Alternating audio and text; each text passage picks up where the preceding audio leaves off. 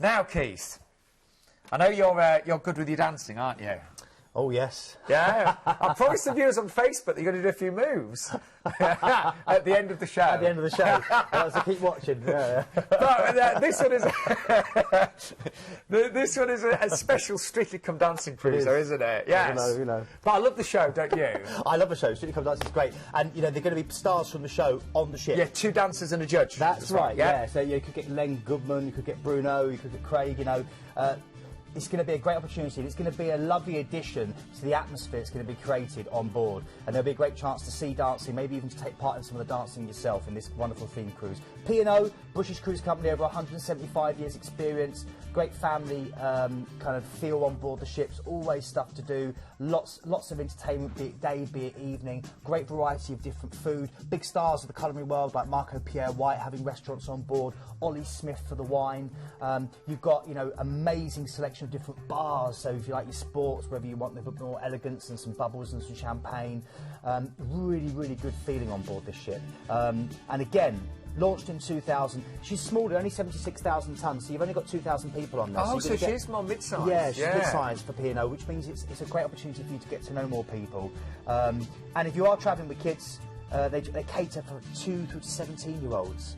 Which means, you know, they really do look after the whole family. But it's a real British feel. Everything's in the pound, isn't it? Yeah. And, you know, I love the fact that this is the Strictly Come Dancing theme as well, so you might get to meet one of the judges and the dancers. That's it. I can't wait for these moves at the end of the show. And the great thing about this particular cruise is that for those of you that don't like flying, if you want to make life easier, it's straight from Southampton as well. So that also means you can take as much luggage. And when you're away for 2 weks, you know, you might want to pack quite a few of your finest clothes and things like that, but straight from Southampton. And we're making our way over to, the Azores. Ponta Delgada, yes. Yeah, this is great. And, of course, the place you're stopping is San Miguel. Does a very good impression of the Garden of Eden. Portugal owns the Azores, full of rolling hills, expansive lakes and beaches that have resisted tourism.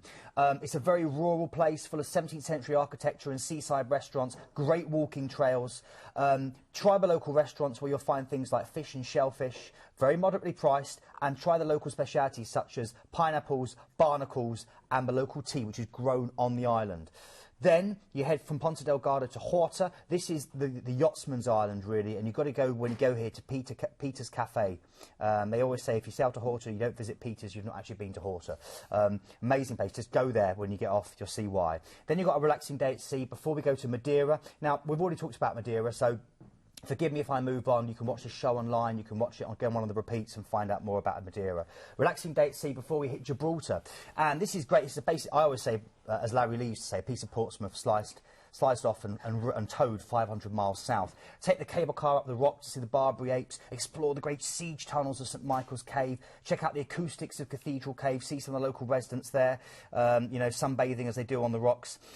History lovers will adore the Moorish castle and the excellent museum. It's a paradise of duty-free, red pillar boxes, British bobbies, traditional English pubs, and a great chance for you to head out for the kind of Spanish feel as well if you like your tapas, or go and get some fish and chips.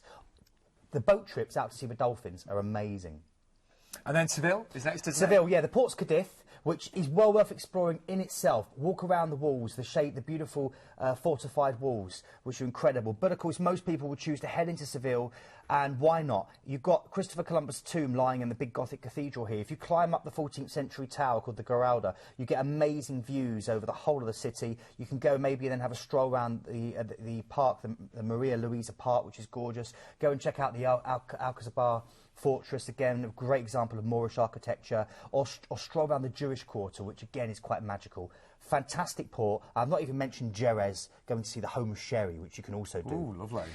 Then we're going through to Lisbon, the capital of Portugal. Bit of Portuguese feel in this, I like this. And, I've never been to Lisbon yet. Lisbon, a great city. And as you sail in down the Tagus River, you see so much because it's a very hilly city. And that's why I always say with Lisbon, save your legs, use the trams. The bright yellow old trams that clatter along these cobbled streets. The best tram ride, without doubt, is number 28.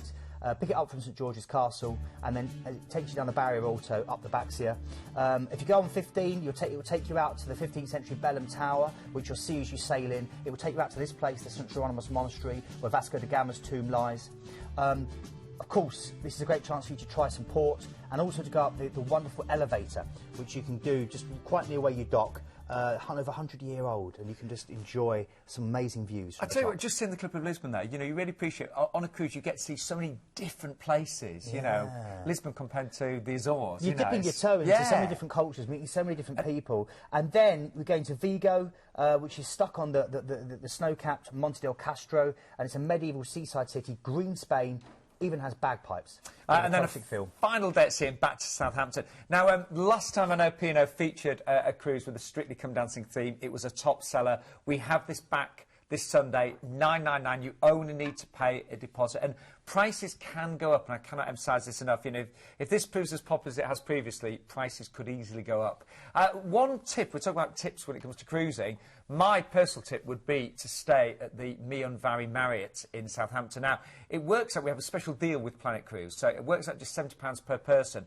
But that includes your parking and your port transfer. So if you worked out what parking would cost for 2 weeks, and you get a really nice stay, you know, pre-cruise stay at the Marriott, it really does make such a difference. Your holiday's starting early, yeah. And you get, you know, chauffeur-driven. So, you know, it's a really nice way to arrive at the ship and get taken back. And, of course, you get to meet two of the dancers and a judge from the hit show as well.